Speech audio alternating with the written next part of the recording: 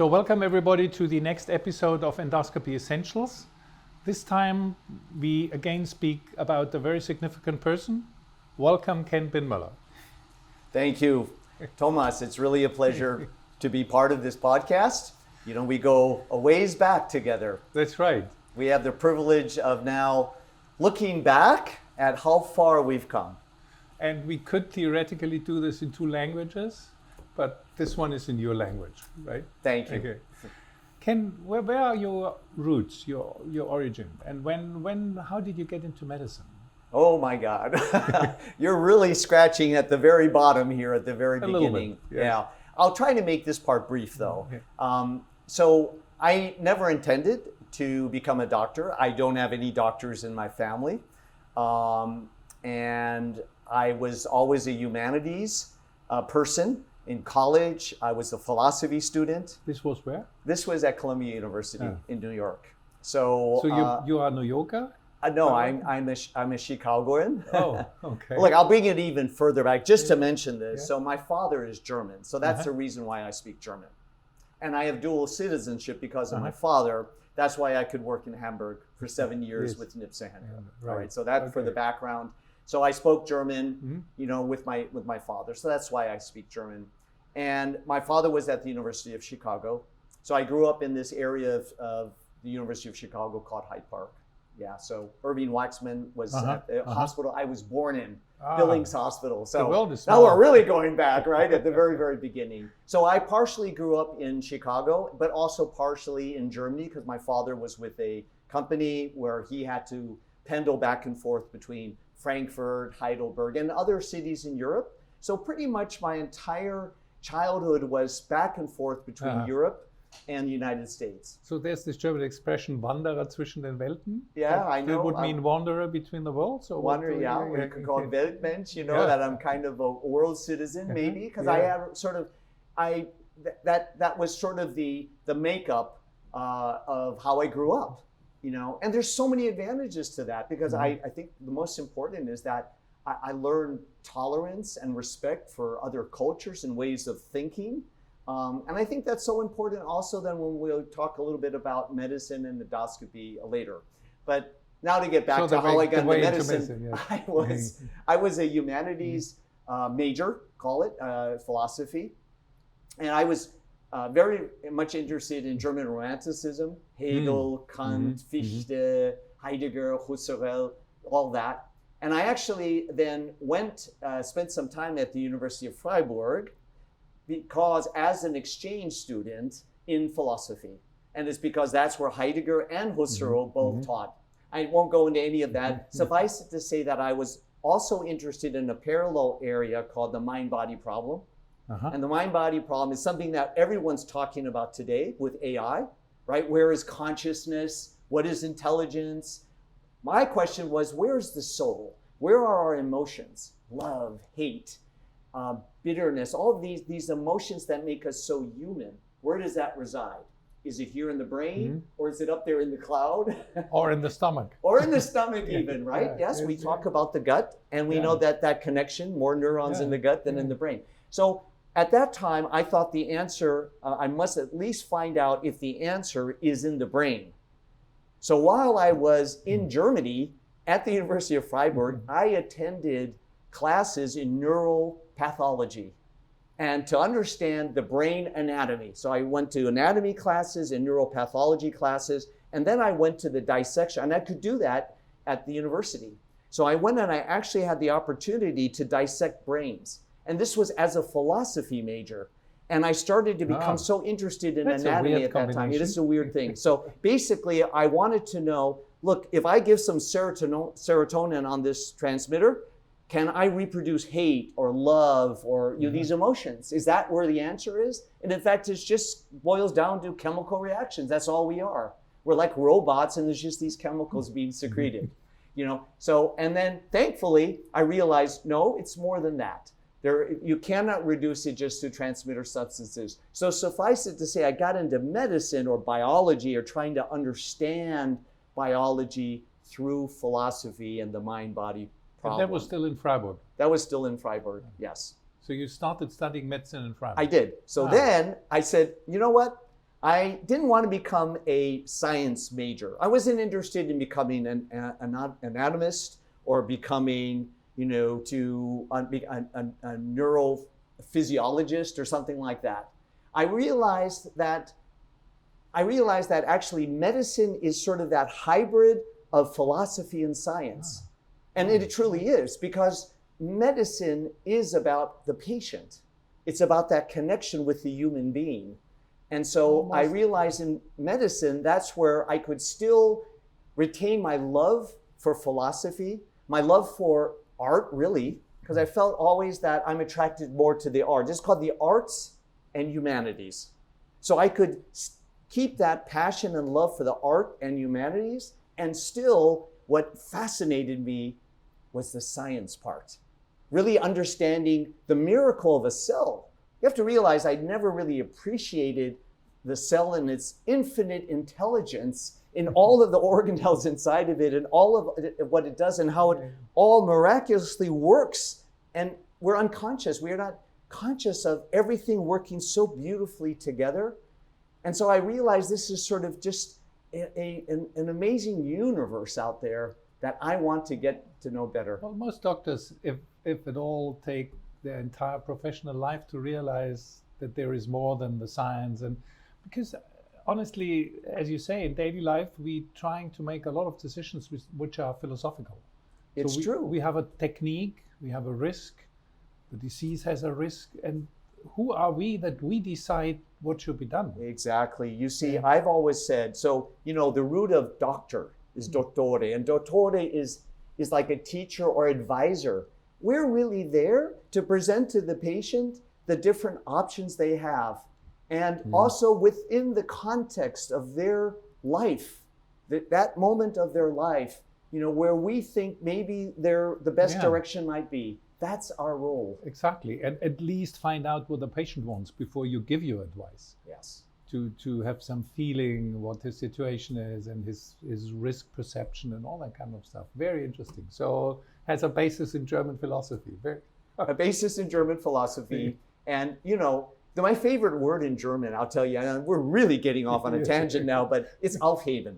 This is an incredible word. There is no English correlate to the word Aufheben. And as you know, Aufheben means to destroy, but it also means to preserve.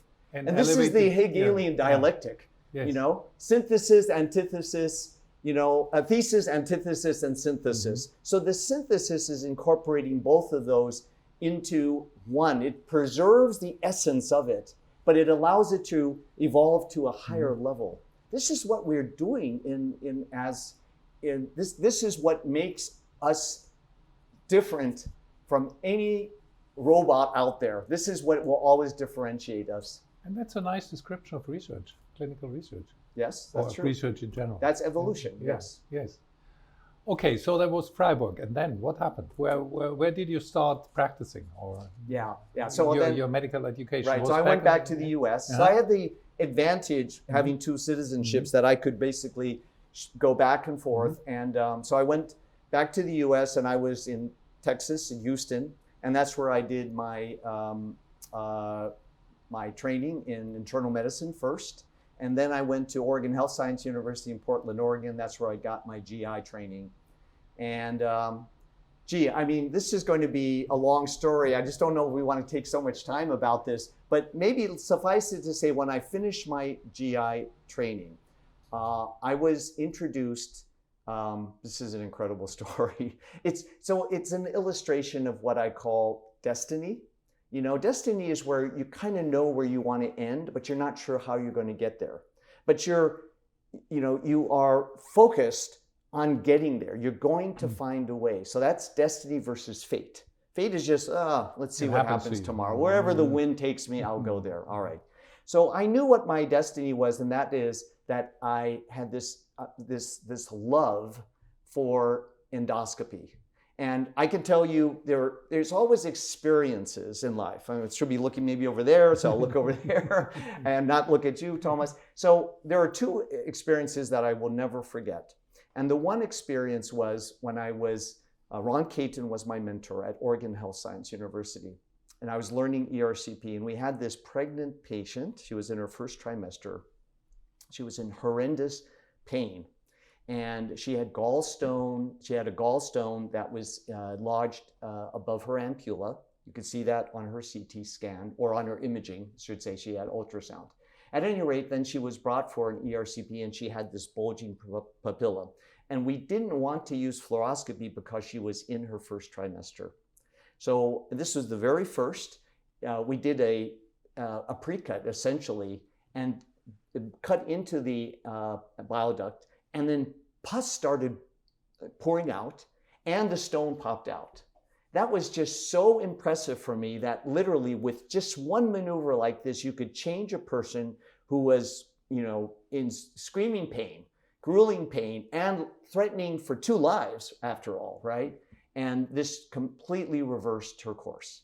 That was the one experience that was just memorable. I think it was an early ERCP experience. Yes. When you speak to other people, something was done which was not possible only by major surgery and under those circumstances.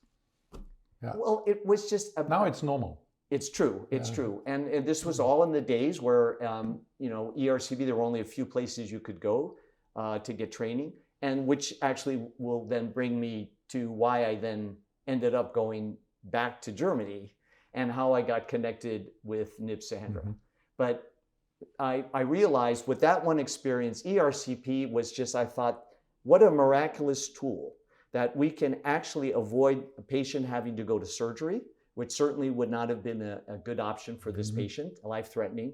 So I was determined with that one experience alone that I needed to get more training in ERCP, and this is what I wanted to do. But that was a second experience you mentioned? There is a second experience, yeah. So it's interesting because that second experience was a time where, David Lieberman, I don't know if you don't use that, Oregon Health Science University. So we had a patient that arrived with a massive variceal bleed, esophageal variceal bleed, and this patient had had multiple prior sclerotherapies. And the only option really was to go in there and try to do sclerotherapy again. The patient wasn't a candidate for a shunt. At that time, it was not TIPS, it was shunt. At any rate, David had received a prototype band ligator scope. This was an endoscope with a band ligator that was mounted on the tip. So it was the full endoscope designed for band ligation. And he took this out of the case and he said, let's see if we can stop the bleed with this. And I happened to be the fellow at the time there. And I got to do the world's, I think, first band ligation using this, it was from Pentax, a band ligator scope. So it's about it's serendipity. I was at the right place, just at the right time. He pulls out the scope. Because this has happened repeatedly in my life. It happened later when I did the first EUS guided pseudocystic drainage. It just so happened, that Pentax came by and they brought the prototype CLA echo endoscope that we could do the procedure. It just happened to be on that practically the same day, right? So imagine we have this band ligator scope and we put the rubber band on there and this a radical idea of how to stop bleeding, right? Mechanically now. And it stopped. So I remembered that too, and I realized, gee, it's amazing how when you have the right tools, how you can accomplish things that just you could not envision before. And so I gained appreciation for how important the tools that we have available to us. Yeah, so those are the two experiences. And to be unhappy with what we currently have, because there's a lot which is manageable and you are trained and then you manage, but it's not good, right? It's not at high perfection, it's not elegant, it's not logical. Yes. It's also a driving force, especially of you. Well, what it is that, and it really should apply to every one of us in the trenches, right? Every time we do a procedure, we should be thinking, how can we do this procedure better, safer, perhaps more quickly to reduce anesthesia time with better outcomes for the patient? We should actually always be thinking about innovation. It should be an integral part of our mindset. So you're right, there was clearly a need, in this case, a patient who was refractory to sclerotherapy. Is there an alternative way to treat this? Well, now, as you know, band ligation has supplanted sclerotherapy entirely. because it was shown then to be superior in terms of its outcomes. But it was really, I think, perhaps band ligation may never have had the opportunity to emerge if an endoscopist somewhere, someplace wasn't thinking, gee, we need a better tool than just sclerotherapy. How else can we stop the bleeding here? How can we target that bleeding varix and stop it? Sclerotherapy was not invented in Hamburg, but pushed and promoted in Hamburg initially. Yeah, it's so interesting. You know this history. Yeah. It's really, it goes back to Nipsahendra. Yeah. So yes. So it was done. So sclerotherapy itself had been described, decades before Nipsahendra first started using it, but it was with a rigid endoscope. And Nipsahendra is actually the first to start doing and design the sclerotherapy needle. There are two needles that Nipsahendra designed, and the first was the sclerotherapy needle used to perform sclerotherapy of varices. But that very same needle that you can put in your pocket was used to treat ulcer bleeding. So he is also the first to report the use of injection sclerosis to stop ulcer bleeding. But even early on, you witnessed quite big steps, right? If you compare this to nowadays, is that the reason why you decided to become an inventor in parallel? Well, because no. So not what much it is, happening, I never really decided. So like I said, I think innovation is something that unfortunately we're not taught. It's not part of our curriculum. In our fellowship training, we're not taught how to be innovative or how to think outside the box and so forth. I think that needs to be emphasized more in our training.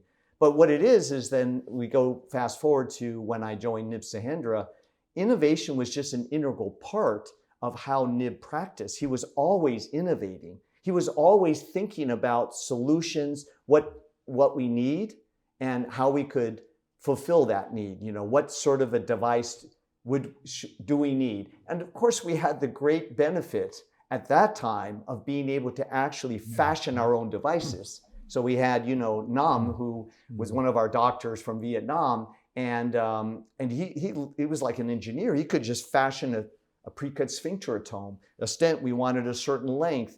We wanted to have, that's how the Tannenbaum stent was developed, right? We just cut the flaps into the stent without perforating through to the lumen. So many things. Actually, the very first catheter that we used to drain the pseudocyst, that was self-fashioned too. So we told Nam, look, we need a catheter. We had sort of a spool of stainless steel wire, and we want to pass that through a catheter. And with a heat gun, you can taper it very, very nicely. So there's minimal step off between the wire that you can conduct current through, right? You just hold it up to a clamp and the outer catheter. We used that self-fashioned catheter to puncture under EUS guidance into the pseudocyst. As soon as the catheter was inside, we needed cautery to get in. Then we could remove the stainless steel wire that was conductive and we replaced that with the guide wire. And then we exchanged the echoendoscope, the prototype, had a small channel, just 2 millimeters, so we couldn't place stents. So we exchanged that for a duodenoscope, and then we placed the pigtail stent through the duodenoscope. But again, it's we're just taking these instruments that we have on the shelf, and then what you need to do is sort of start connecting dots and saying, okay, we could manage with these instruments, but what do we need now? Something dedicated for this particular application.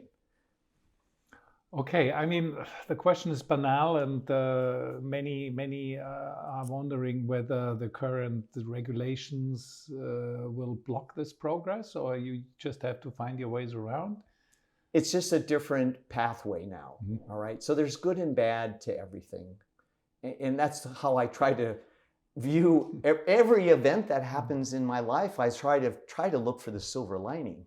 And if you are willing to look, you'll find a silver lining. So there is a silver lining also to more strict regulatory pathways, because perhaps there were some that, weren't following the ethics that we made an oath to when we became doctors. I don't know. I mean, I think that to some degree, there's definitely got to be positive to that. There's negative, obviously, because the process is going to be much more prolonged, and there are going to be more hurdles. Much more sometimes. So here's what, and so I think this is again something that we don't learn in our training.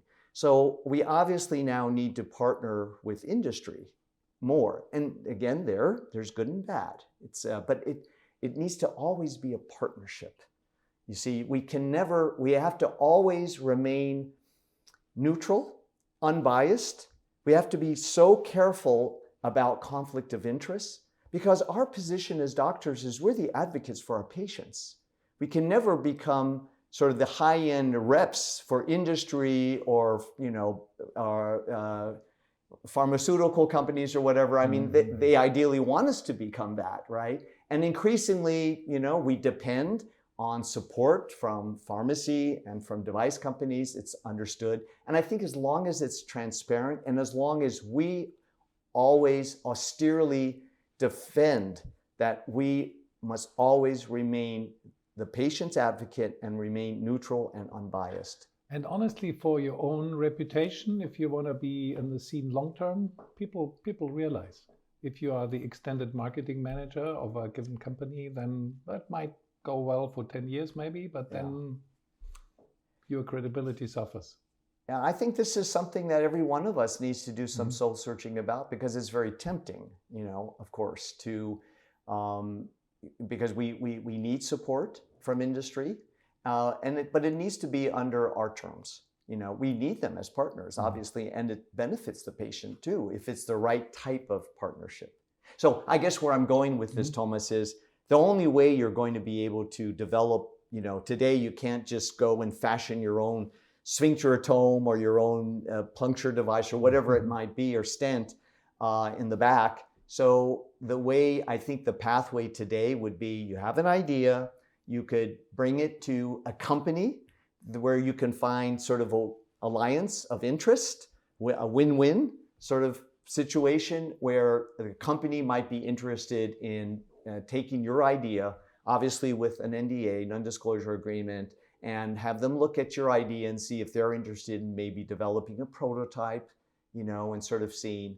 And then the next question is going to be, well, what should be the arrangement then for compensation for the physician? Because you'll be, and they want you to represent. So I don't know the answer to that. I think, some get royalties or so. I think that's all okay. It just needs to be transparent. So it needs to be very clear that every time you use that device, I'm not, for example, as the inventor of Axios, all right, I don't get a royalty from every Axios, and thankfully so, because I would hate to feel, oh my God, every time I say something positive about Axios is because I really want to sell more of them for my own benefit. Yeah. I mean, you started in Hamburg and you got exposed to something you liked internally, the innovation atmosphere. But then you got back and started innovating by yourself. And maybe you can tell us how that happened. And we can take two examples. One is the Axios, obviously, right, which was a long process. It was over 10 years, yeah. And the other one is less technical, but the principle is underwater EMR, right? Yes, so that's two not opposing things, but two very interesting and influential techniques. So where should we start? Well, let me start with the Axios. I mean, because the roots of Axios are truly with Nipsey. So this was 1992, and again, being at the right place at the right time, just the serendipity that we had this patient with a non-bulging pseudocyst. So we were draining pseudocysts, right, endoscopically, but these were pseudocysts that had a prominent bulge. And then you could just puncture, the thing was about to erupt sometimes. Endoscopically, endoscopically, which nobody would believe nowadays, correct. Right? So this patient had a large pseudocyst and, was suffering from the pseudocyst and pain and so forth, but we couldn't see the bulge. And then we happened to have this curvilinear ray. We had radioscopes at that time, which you were using as well, but then you could only see, and you couldn't see a needle as you would pass it into view, And so we had this CLA echo endoscope where you can see a needle coming out longitudinally, and that enabled us to do that very first pseudocyst drainage. So that was sort of the introduction to the possibility of accessing structures outside of the gastrointestinal tract under EUS guidance and performing therapy. So an example of a therapeutic performance, because remember FNA, that is still diagnostic, right? Yes, absolutely. All right, so that's kind of where that started, and that's where I started to love endoscopic ultrasound. I was really thrown into endoscopic ultrasound, not on my own accord. It was because Horst Grimm left to go to Kiel, and Nib Sander told me I had to take over endoscopic ultrasound. I'm the guy. He said, okay, it's yours now. Yeah, I don't want to do this. I don't know anything about endoscopic ultrasound. I never did it. I never even watched it.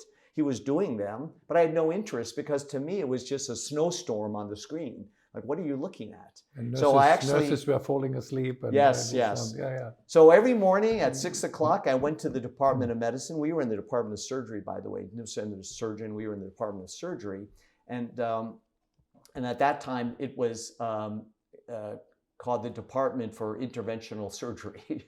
That was the name. So at any rate, I went to the medicine department at 6 in the morning and spent 2 hours every morning for 6 months learning transabdominal ultrasound. I even remember the person's name to this day because I'm grateful to her, Frau Dr. Gudoff. Frau Dr. Gudoff, she was like a military sergeant. She was very strict. I had to be so punctual at 6 o'clock. But what she did was amazing. She would have the patient drink a lot of water.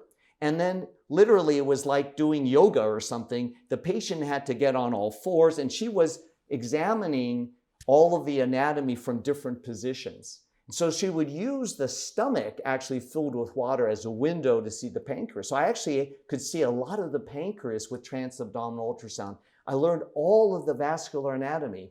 And so as soon as I realized what you could actually see with ultrasound is so amazing. You have to realize, Thomas, in your country, in Germany, transabdominal ultrasound is actually part of your training. Exactly. It's not part of the training in the United States. Now, I was trained in the US, right?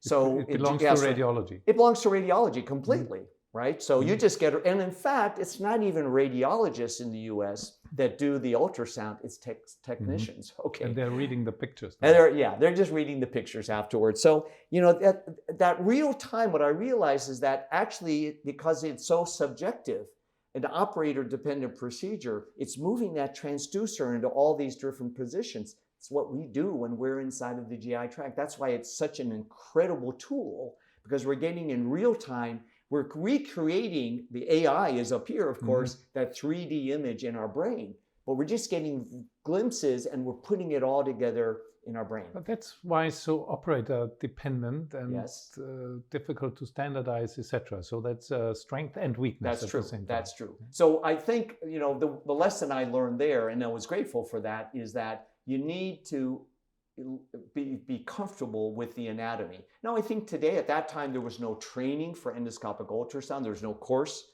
Loctio actually was in Amsterdam, but I couldn't take off and say I'm going to spend 6 months with Loctio and learn endoscopic ultrasound.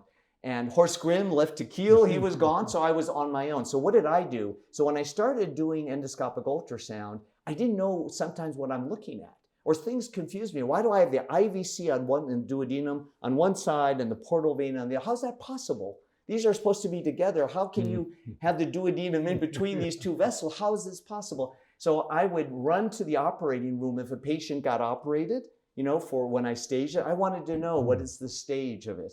And by the way, my Habilarbeit, so that's to become, the professor in Germany, was actually on using, because I developed with Olympus and Nib Sander, of course, the ultrasonic esophageal probe. Do you remember? We call it the bougie gerät. Yeah. So it was like a bougie, it was basically an ultra slim scope with only ultrasound. They had no optics. And so we also called it the blind probe for that reason. It's blind. But the idea was that it was passed over a guide wire in a monorail fashion. So the guide wire came at this tip. It had a diameter, I think it was 7.8 millimeters, right? And back at that time, and again, you know this, well, I think most of the audience have no idea about this, but back then, our echoendoscope was the radial scanning one. I mean, it looked like a medieval instrument there. It was blunt tipped. There was the UM3. I don't know if you remember that one. That thing well, we perforated a number of times trying to stage esophageal cancer. So again, it's a situation where if you have the patient with a cancer of the esophagus who's already sick as it is, and now you perforate, and now you've really done this patient a disservice. So you think about how can we make this safer for the patient? I think the first thing I thought of, well, why do we need the optics? We go down with our endoscope, we know what the length of the stricture is. It's kind of like the same thing where I started thinking, why do we need fluoroscopy when we place our stents? We have all the information we need just with the endoscopic exam. So you can place a metal stent in the esophagus to bridge esophageal cancer without fluoro. I think I was, one of the very first to start doing that because the standard of care, the way everyone did it was under fluoroscopy and putting markers and everything. And I said, well, you don't need this. Just do it without fluoroscopy. Well, in difficult situations, you may. Of course, it's a tool. Here's the other thing. Look, I realize I'm jumping from thing to thing, but you see, what separates us really from all other disciplines is that we are truly an image-guided specialty. In fact, even the word endoscopy maybe isn't really the correct, because I'm an endoscopist, but I also feel, even though I'm not a radiologist, we use fluoroscopy, right? But we're using it for a targeted reason as an image accessory. It's an accessory like a tool. Imaging is no different than the catheter that you're putting. It's just another tool to, improve your ability to have, more information and data about what it is that you're treating. So what do we have now? So we have endoscopy, and we even have ultra endoscopy, which would be in the bile ducts. You can pass a spy scope or, a cholangioscope or pancreatoscope, whatever. And then we have ultrasound, and then we have fluoroscopy, right? Who knows, maybe in the future we'll have MRI as another added, and and there's spectroscopy. There are so many other imaging modalities. Image fusion. It's a fusion, right? That's why really ours, it'll never be one screen we're looking at. It's going to be multiple screens, right? So I'm not sure I got off on that tangent, but it was just to say that, yes, there is no one way to do it. The idea is to know that you have all of these imaging modalities at your disposal, in your toolbox. So the imaging modalities are part of your toolbox. So you can say, oh, I think fluoroscopy now will help me because I'm not sure exactly where I am, or I just want to confirm. That's fine. But this idea that this is the way it should be done, just categorically, and you're violating the standard of care. So that gets me later, if we talk about underwater EMR, the standard of care was to inject, to do submucosal injection. And so somebody at some point has to maybe raise the question, well, wait a second, what's the evidence for doing this? Has it actually been proven that it makes it safer? Because in my experience, many times after I injected, I made it more difficult to do the EMR. It actually made the lesion become more flat relative to the surrounding tissue, which raised very nicely. Or I shifted it away from me. Or I started to get bleeding and I couldn't see the lesion. Or, the peristalsis started, whatever. So sometimes that submucosal injection actually made the EMR technically more difficult. But the big issue that I had, and now I'm obviously jumping from one thing to the other, but just to say that something that I've always been very conscious of and sensitive to is primum non nocere, first do no harm, okay? And that means that's not just having a complication from your procedure. I've always been sensitive to the possibility of seeding dysplastic or tumor cells, all right? And so that's why I always have mixed feelings, even about FNA, I have to honestly say. And we know that the Japanese have expressed some of their concerns too. That's why they started late. Yes. So, the same thing had to do now with the EMR. Now, there are many different reasons how I got to, pathways that lead to Rome, and Rome being underwater EMR. But one of those components was I always felt uncomfortable sticking a needle through a lesion, a dysplastic lesion, maybe even there's cancer in there, and then now I'm injecting to lift it up. Now, if we know that we can get tract seeding with just FNA, if you then inject through that needle, aren't you even increasing that risk of seeding further? You're potentially disseminating. It'd be very hard to prove that. You literally would have to take patients after, you inject it and then bring them to surgery and see if they're dysplastic cells. But I question whether maybe the high recurrence rate, if you read about recurrence rates of 25, even up to 50% after you do EMR, and that's what was being reported, you have to wonder, you would think that a skilled endoscopist, after they do EMR, they're looking at the muscularis propria. They shouldn't be seeing bridges and islands. So maybe it's poor technique. You didn't do the EMR really correctly, piecemeal. There's nothing wrong with piecemeal. You just have to do it correctly. You have to make sure that your snare is always at the edge of your prior resection. It has to be very methodological. It's got to be very precise, under vision, and you can't leave those. So if you did good technique and you still have a high recurrence rate, what could be the reason? And I just asked myself the question, could it be because you've actually disseminated some of these dysplastic cells and they come back later to cause a recurrence of that lesion?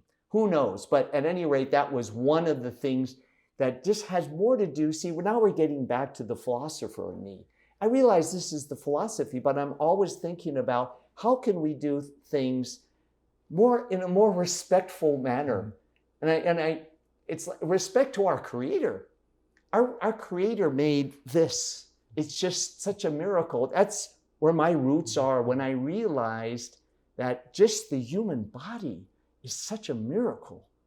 Just something so infinitely, something we'll never understand, how it all so miraculously works. If we were just a little bit more humble and appreciative of just, what we've been blessed with, all right? So the least we can do is to try to preserve, be respectful and preserve what we were given. And of course, disease needs to be treated, but let's try to minimize the collateral damage. And that's why always endoscopy appealed to me, because it's really minimizing the collateral, trying to preserve the normal tissue, targeting only the diseased tissue. So that already appealed to me, just from the philosophy part of it, okay?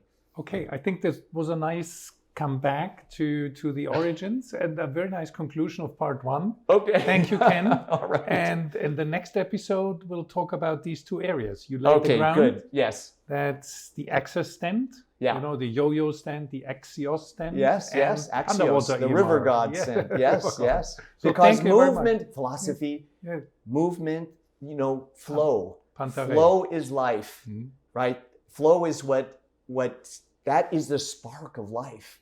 So I just love it that stent is named after the river god. Okay. Axios.